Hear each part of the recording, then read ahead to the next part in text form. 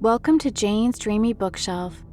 Tonight, I'll be reading a classic short horror story that describes a woman's descent into madness after being confined to a room with yellow wallpaper. I hope you enjoy it. The Yellow Wallpaper by Charlotte Perkins Gillman. It is very seldom that mere ordinary people, like John and myself, secure ancestral halls for the summer.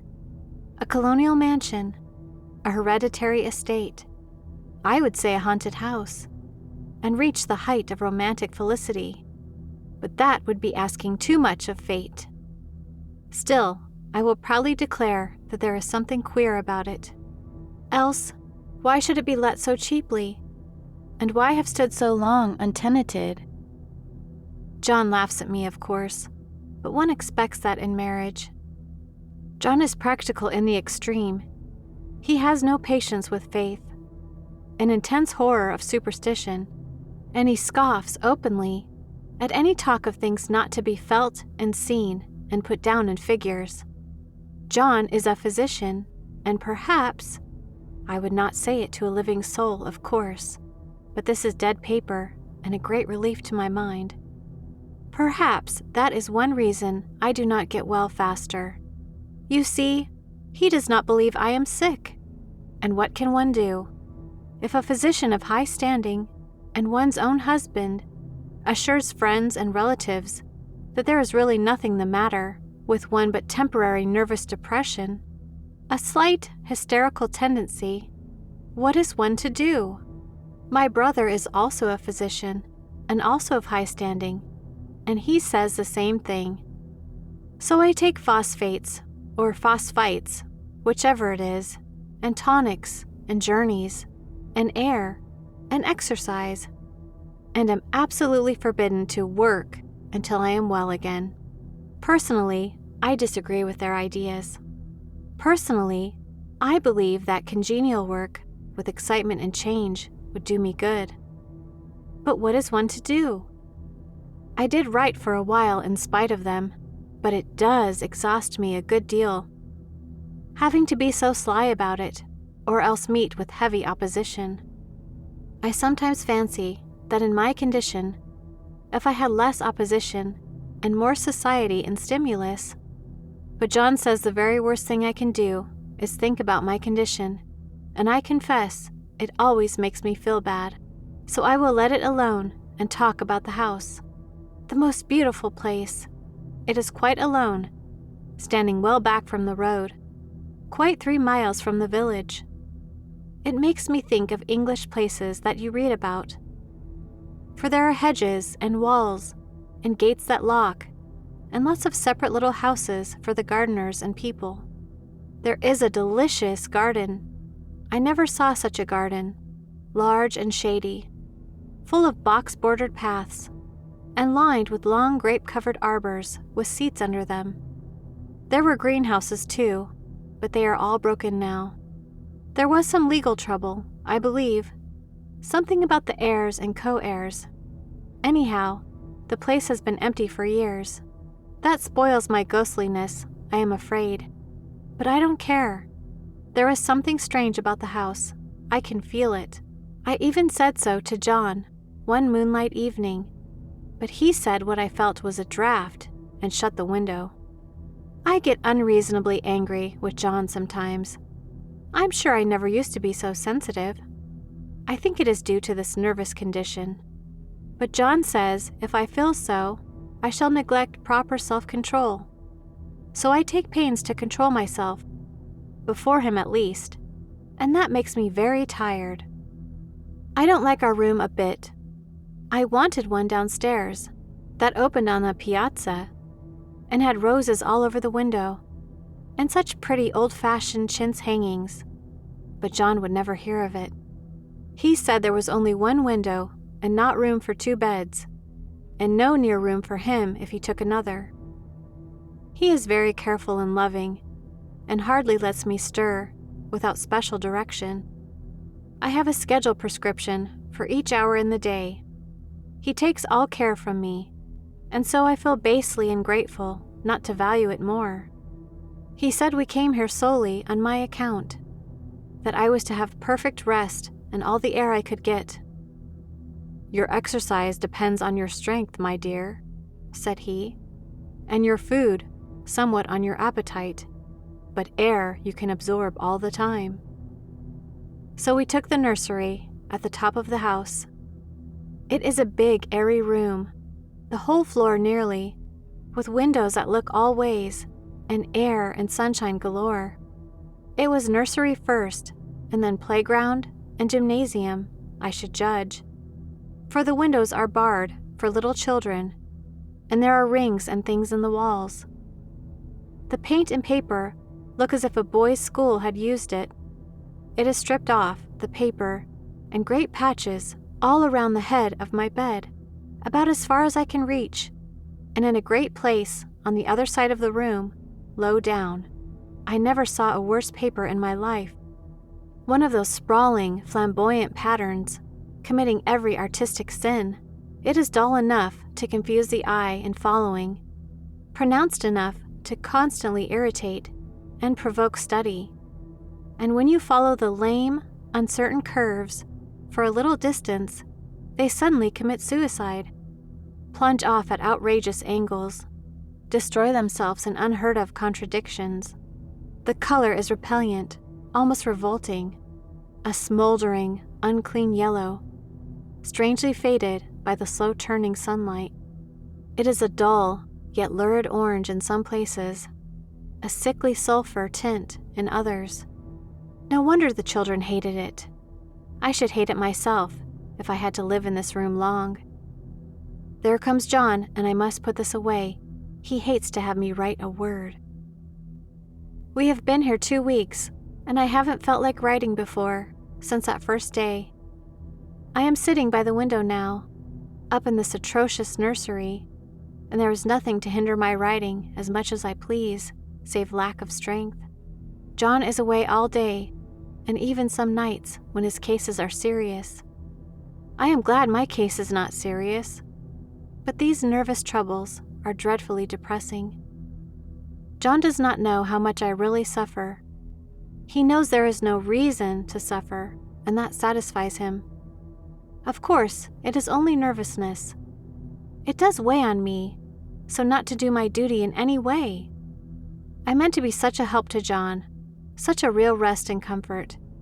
And here I am, a comparative burden already. Nobody would believe what an effort it is to do what little I am able, to dress and entertain and order things. It is fortunate Mary is so good with the baby, such a dear baby, and yet I cannot be with him. It makes me so nervous. I suppose John never was nervous in his life. He laughs at me so about this wallpaper. At first, he meant to repaper the room, but afterwards, he said that I was letting it get the better of me, and that nothing was worse for a nervous patient than to give way to such fancies. He said that after the wallpaper was changed, it would be the heavy bedstead, and then the barred windows, and then the gate at the head of the stairs, and so on. "You know the place is doing you good," he said. "And really, dear, I don't care to renovate the house just for a 3 months rental." "Then do let us go downstairs," I said. "There are such pretty rooms there." Then he took me in his arms and called me a blessed little goose, and said he would go down to the cellar if I wished and have it whitewashed into the bargain. But he is right enough about the beds and windows and things. It is airy and comfortable, a room as anyone need wish, and, of course, I would not be so silly as to make him uncomfortable just for a whim. I'm really getting quite fond of the big room, all but that horrid paper. Out of one window I can see the garden, those mysterious, deep-shaded arbors, the riotous, old-fashioned flowers, and bushes and gnarly trees. Out of another I get a lovely view of the bay and a little private wharf belonging to the estate. There is a beautiful shaded lane that runs down there from the house. I always fancy I see people walking in these numerous paths and arbors. but John has cautioned me not to give way to fancy in the least. He says that with my imaginative power and habit of story making, a nervous weakness like mine is sure to lead to all manner of excited fancies, and that I ought to use my will and good sense to check the tendency. So I try. I think sometimes that if I were only well enough to write a little, it would relieve the pressure of ideas and rest me. But I find I get pretty tired when I try. It is so discouraging not to have any advice and companionship about my work. When I get really well, John says we will ask Cousin Henry and Julia down for a long visit, but he says he would as soon put fireworks in my pillowcase as to let me have those stimulating people about now. I wish I could get well faster, but I must not think about that. This paper looks to me as if it knew what a vicious influence it had. There is a recurrent spot where the pattern lolls like a broken neck and two bulbous eyes stare at you upside down. I get positively angry with the impertinence of it and the everlastingness. Up and down and sideways they crawl, and those absurd, unblinking eyes are everywhere. There is one place where two breadths didn't match, and the eyes go all up and down the line, one a little higher than the other. I never saw so much expression in an inanimate thing before, and we all know how much expression they have. I used to lie awake as a child and get more entertainment and terror out of blank walls and plain furniture than most children could find in a toy store. I remember what a kindly wink the knobs of our big old bureau used to have, and there was one chair that always seemed like a strong friend. I used to feel if any of the other things looked too fierce, I could always hop into that chair and be safe. The furniture in this room is no worse than inharmonious.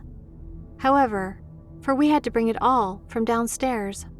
I suppose when this was used as a playroom, they had to take the nursery things out, and no wonder. I never saw such ravages as the children have made here. The wallpaper, as I said before, is torn off in spots, and it sticketh closer than a brother. They must have had perseverance as well as hatred.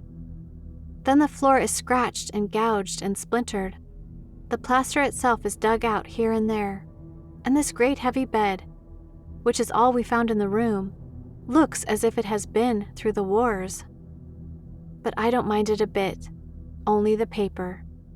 There comes John's sister, such a dear girl as she is, and so careful of me. I must not let her find me writing. She is a perfect and enthusiastic housekeeper, and hopes for no better profession. I verily believe she thinks it is the writing which made me sick. But I can write when she is out, and see her a long way off from these windows. There is one that commands the road, a lovely shaded winding road, and one that just looks off over the country, a lovely country too, full of great elms and velvet meadows. This wallpaper has a kind of sub-pattern in a different shade, a particularly irritating one, for you can only see it in certain lights, and not clearly then. But in the places where it isn't faded, and where the sun is just so, I can see a strange, provoking, formless sort of figure that seems to sulk about behind that silly and conspicuous front design. There's Sister on the stairs. Well, the 4th of July is over. The people are gone, and I am tired out. John thought it might do me good to see a little company, so we just had Mother and Nellie and the children down for a week. Of course, I didn't do a thing. Jenny sees to everything now.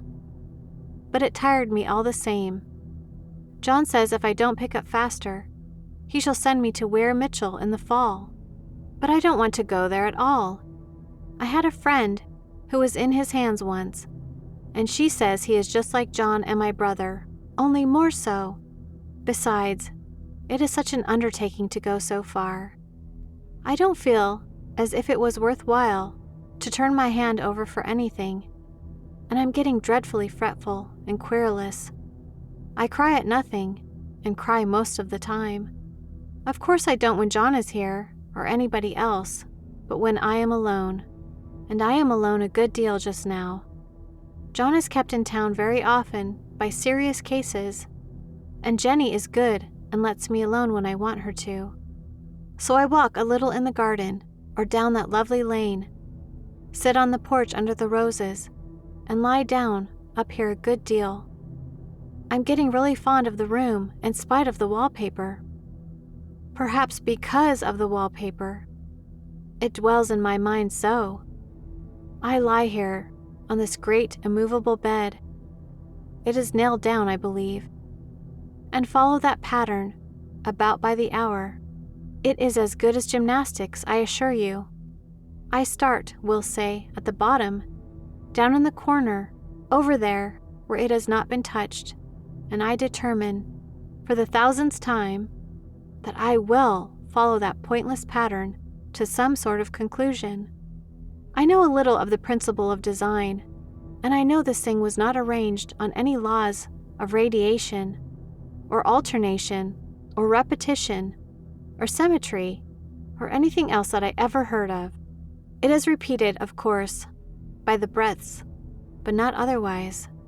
Looked at in one way, each breath stands alone. The floated curves and flourishes, a kind of debased Romanesque, with delirium, go waddling up and down in isolated columns, a fatuity. But, on the other hand, they connect diagonally, and the sprawling outlines run off in great slanting waves of optic horror, like a lot of wallowing seaweeds in full chase.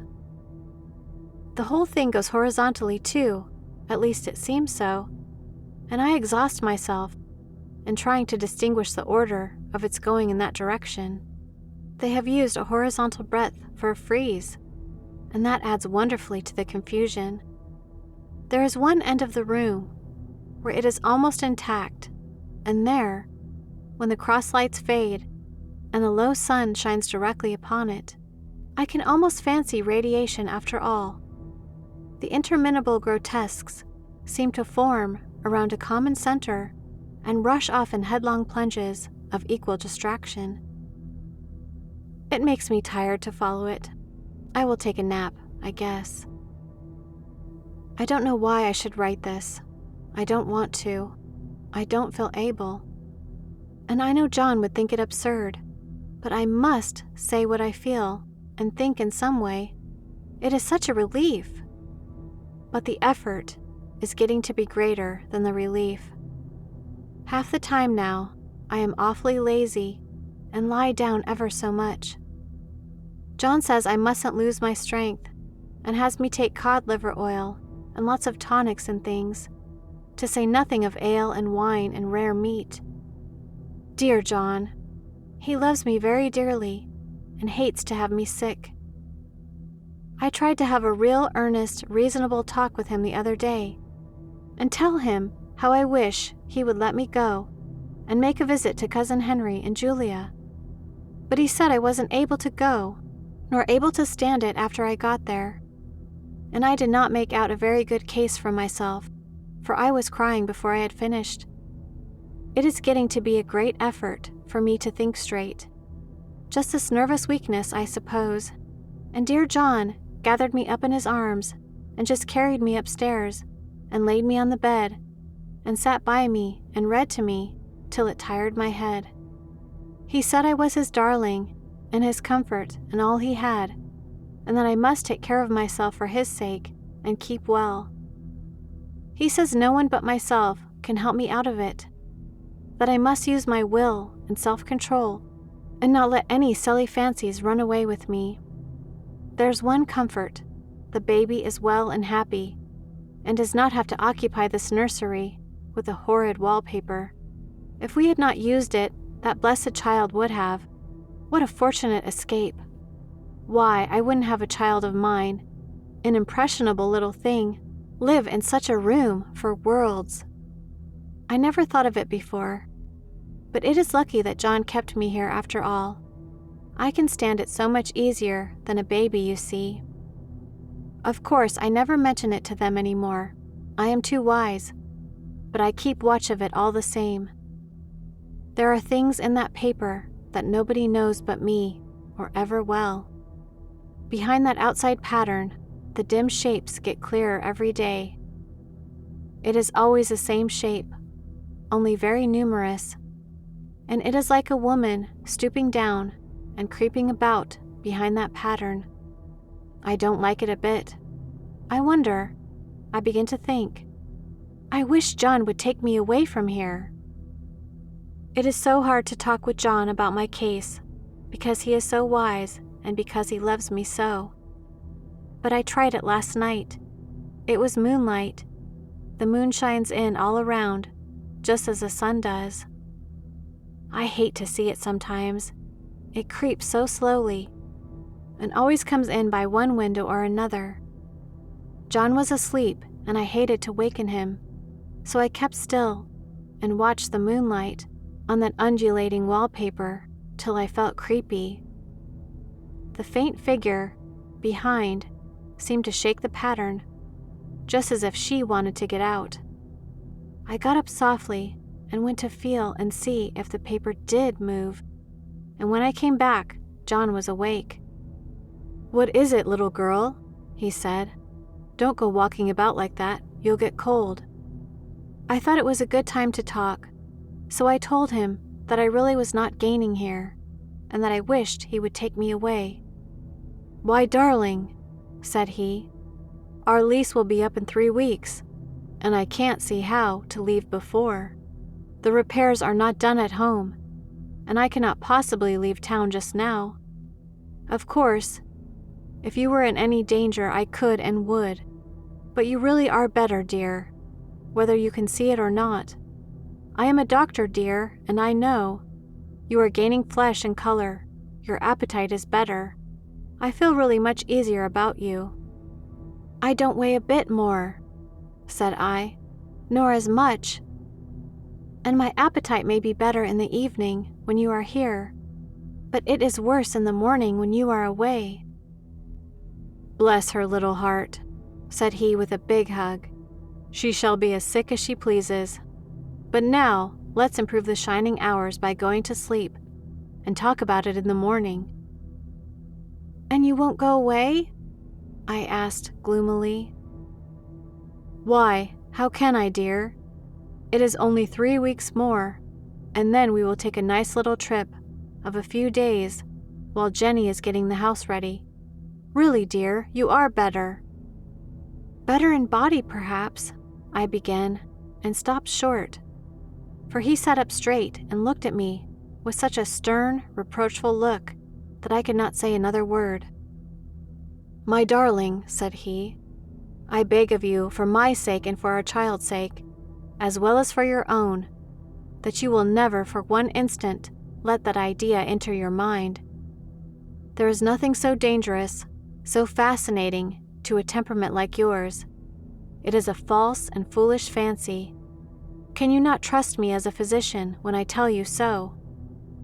So of course I said no more on that score, and we went to sleep before long. He thought I was asleep first, but I wasn't. I lay there for hours, trying to decide whether that front pattern and the back pattern really did move together or separately.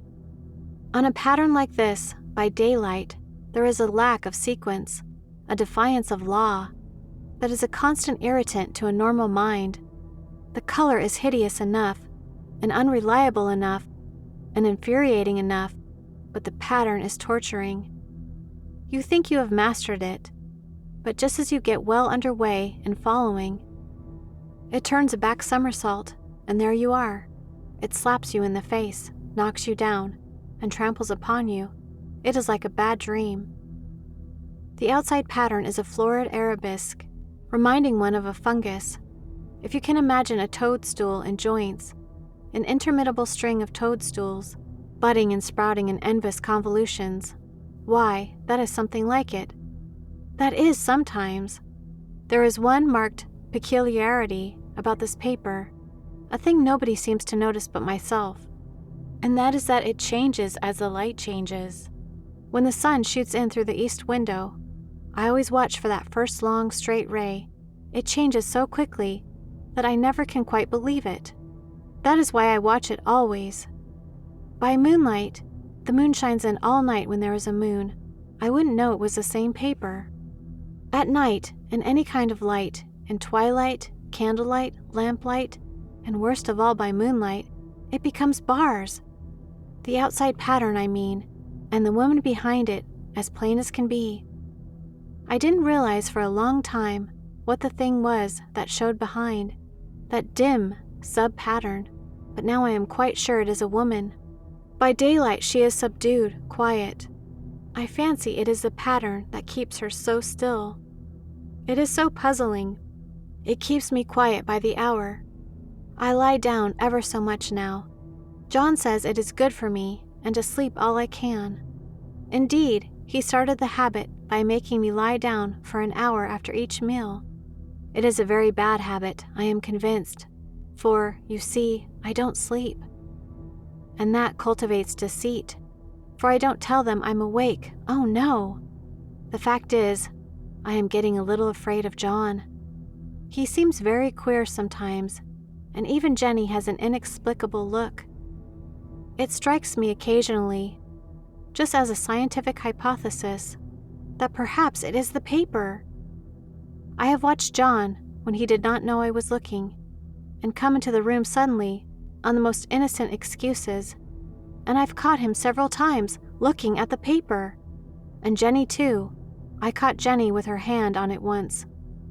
She didn't know I was in the room, and when I asked her in a very quiet voice, with the most restrained manner possible, what she was doing with the paper, she turned round as if she had been caught stealing and looked quite angry, asked me why I should frighten her so.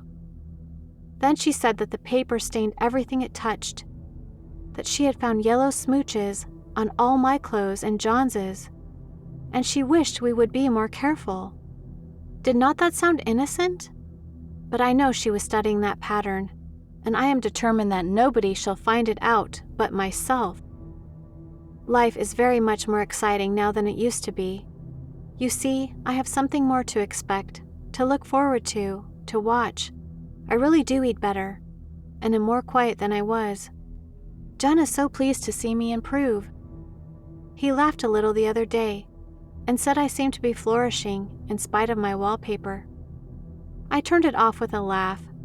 I had no intention of telling him it was because of the wallpaper.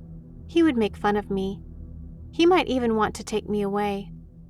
I don't want to leave now until I have found it out. There is a week more, and I think that will be enough. I'm feeling ever so much better. I don't sleep much at night, for it is so interesting to watch developments, but I sleep a good deal in the daytime. In the daytime, it is tiresome and perplexing. There are always new shoots on the fungus, and new shades of yellow all over it. I cannot keep count of them, though I have tried conscientiously. It is the strangest yellow, that wallpaper. It makes me think of all the yellow things I ever saw, not beautiful ones like buttercups, but old foul, bad yellow things. But there is something else about the paper, the smell. I noticed it the moment we came into the room, but with so much air and sun it was not bad. Now we have had a week of fog and rain, and whether the windows are open or not, the smell is here. It creeps all over the house.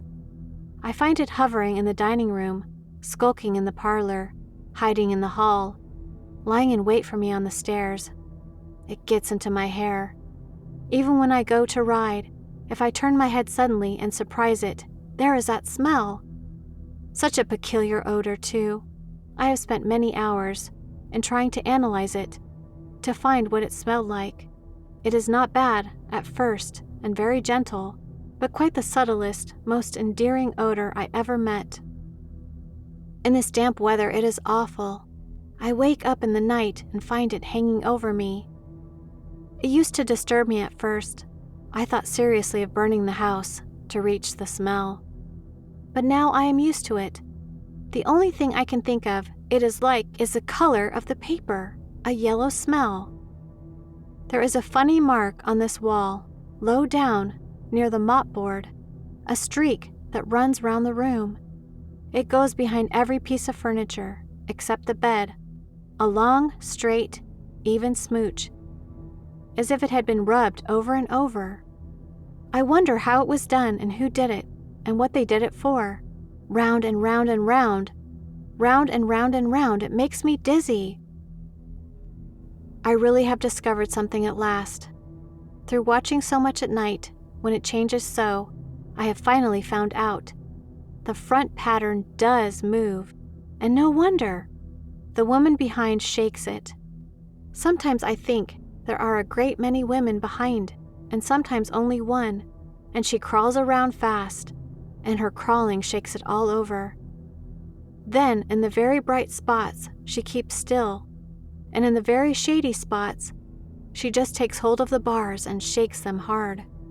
And she is all the time trying to climb through. But nobody could climb through that pattern. It strangles so. I think that is why it has so many heads. They get through, and then the pattern strangles them off and turns them upside down and makes their eyes white. If those heads were covered or taken off, it would not be half so bad.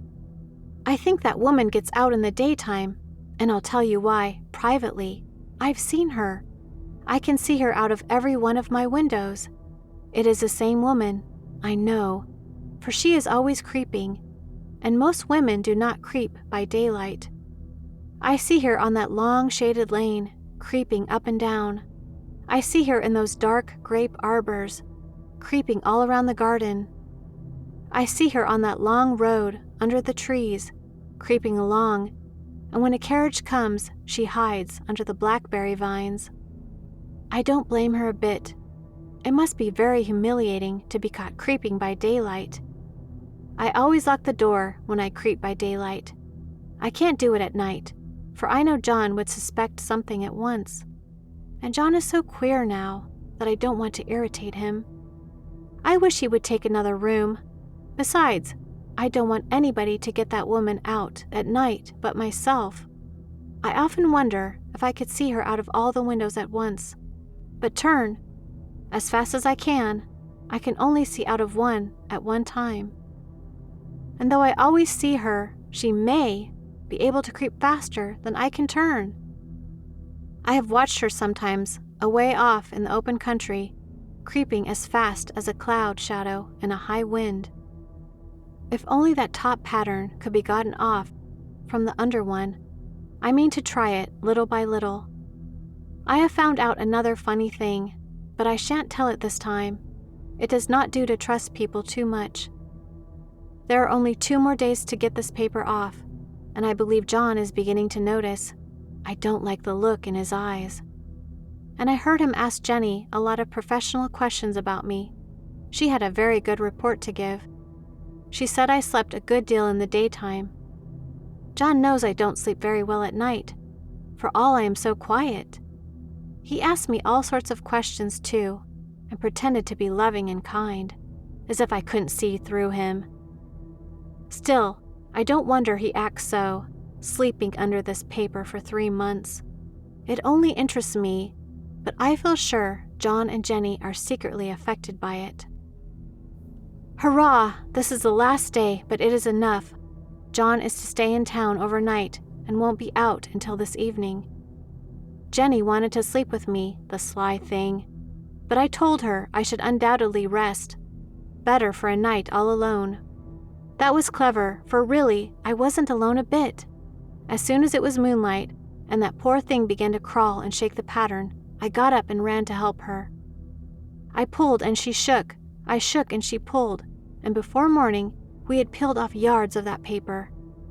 A stripe about as high as my head and half round the room. And then when the sun came, and that awful pattern began to laugh at me, I declared I would finish it today. We go away tomorrow, and they are moving all my furniture down again, to leave things as they were before.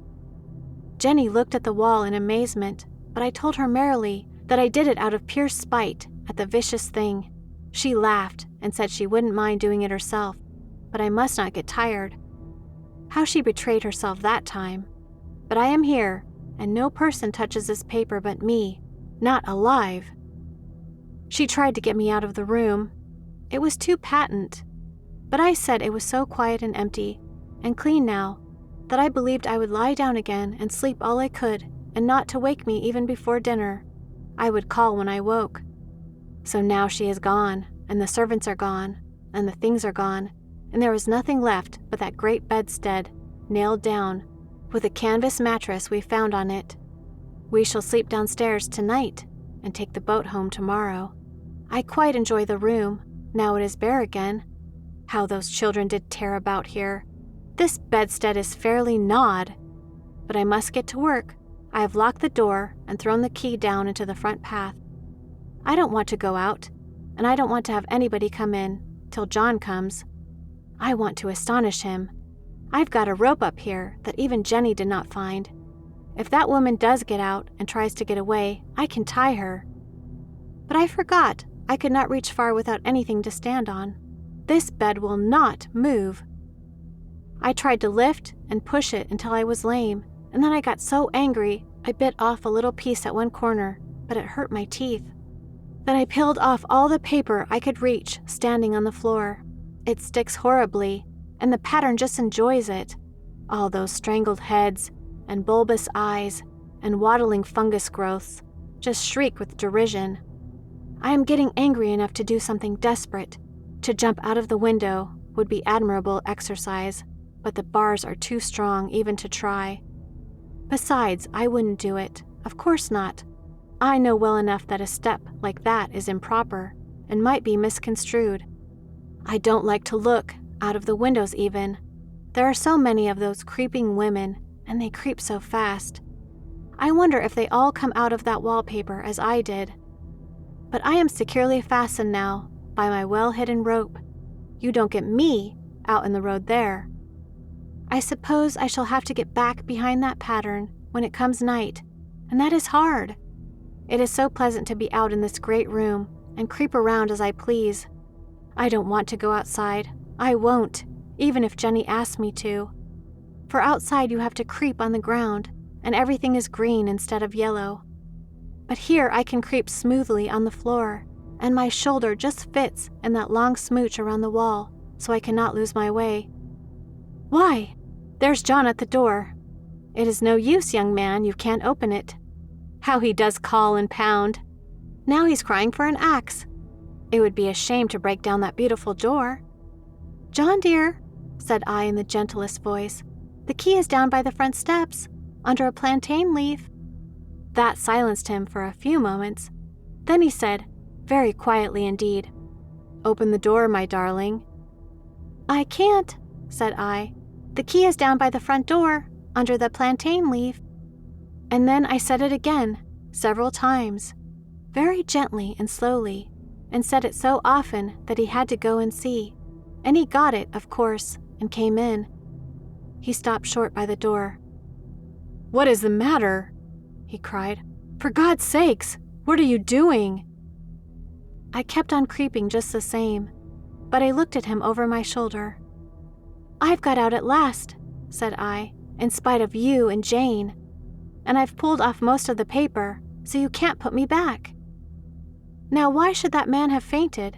But he did, and right across my path by the wall, so that I had to creep over him every time.